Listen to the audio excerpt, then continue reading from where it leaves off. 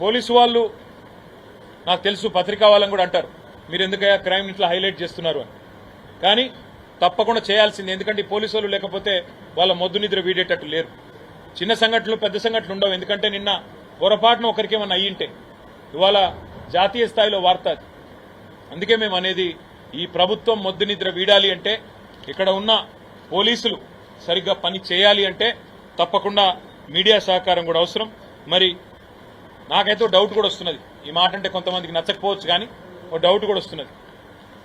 మరి ముఖ్యమంత్రి గారు ఏమన్నా ఆయన గతానుభవం చెంచల్గూడలో చాలా కాలం ఉన్నాడు ఆయన, మరి వాళ్ళ బ్యాచ్మేట్లకు ఏమైనా ఫ్రీ డేమ్ ఇచ్చిండా? అరే చేసుకోనరా, నేనే ఉన్నా కదా మీ దోస్తును, చూసుకోండి. లేకపోతే మేము కూడా కాంగ్రెస్ మంత్రులు ఎమ్మెల్యేలు అందరం ఒక స్కీమ్ పెట్టుకున్నాం, దోచుకో దాచుకో అనే స్కీము, మీరు కూడా అదే స్కీమ్లో పాలు పంచుకోండి అని చెప్పి వాళ్ళకి ఏమైనా లైసెన్స్ ఇచ్చిండా, ఫ్రీడమ్ ఇచ్చిండా? లేకపోతే ఏంది? 5 తుపాకుల కరీంనగర్ లాంటి పట్టణంలో, ఇంతటి చైతన్యవంతమైన పట్టణంలో హోంశాఖ సహాయ మంత్రి గారు ప్రాతినిధ్యం వహిస్తున్న పార్లమెంటరీ హెడ్ క్వార్టర్లో 5 తుపాకులతో ముష్కరులు వస్తే, కాల్పులు జరిపితే, ఇంత తీవ్రమైన గాయాలు జరిగితే 32 గంటల పాటు ఒకరిని పట్టుకోలేని పరిస్థితిలో ఉన్నారంటే